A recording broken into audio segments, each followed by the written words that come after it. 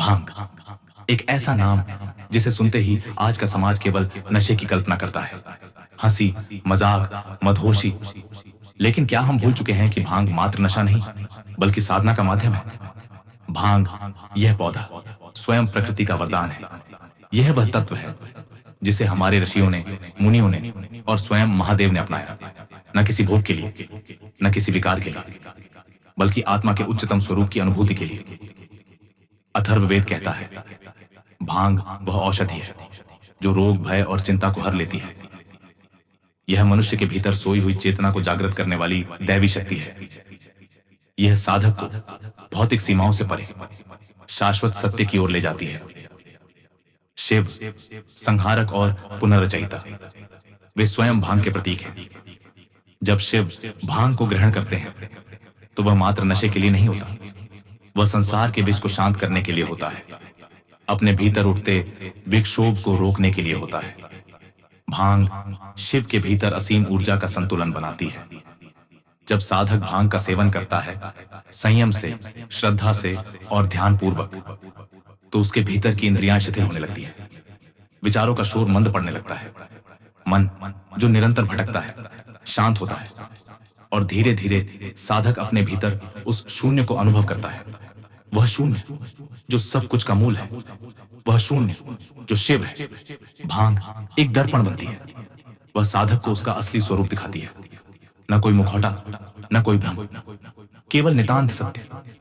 योग में कहा गया है, जब साधक जागृत अवस्था से स्वप्न, फिर सुषुप्ति और अंततः तुरीय में प्रवेश करता है, तब वह ब्रह्म को साक्षात करता है।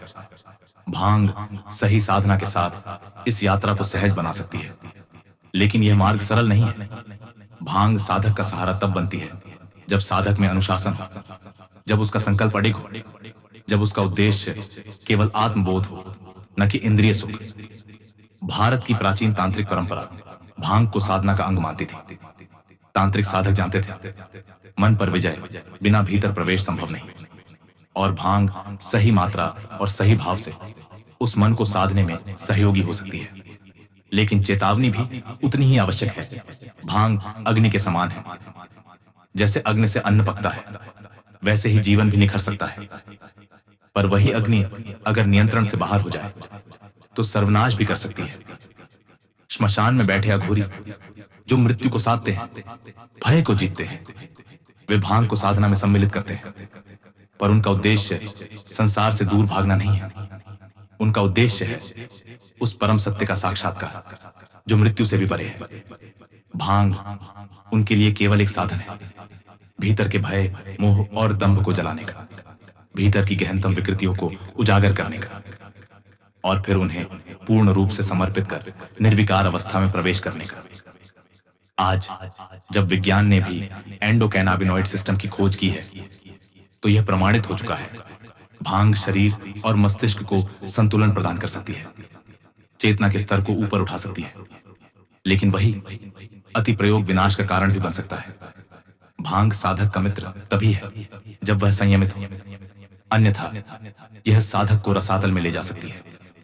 शिव भी जब भांग ग्रहण करते हैं तो वे नृत्य नहीं करते, वे ध्यान में बैठते हैं, वे समाधि में लीन होते हैं। यह संदेश हमें समझना होगा।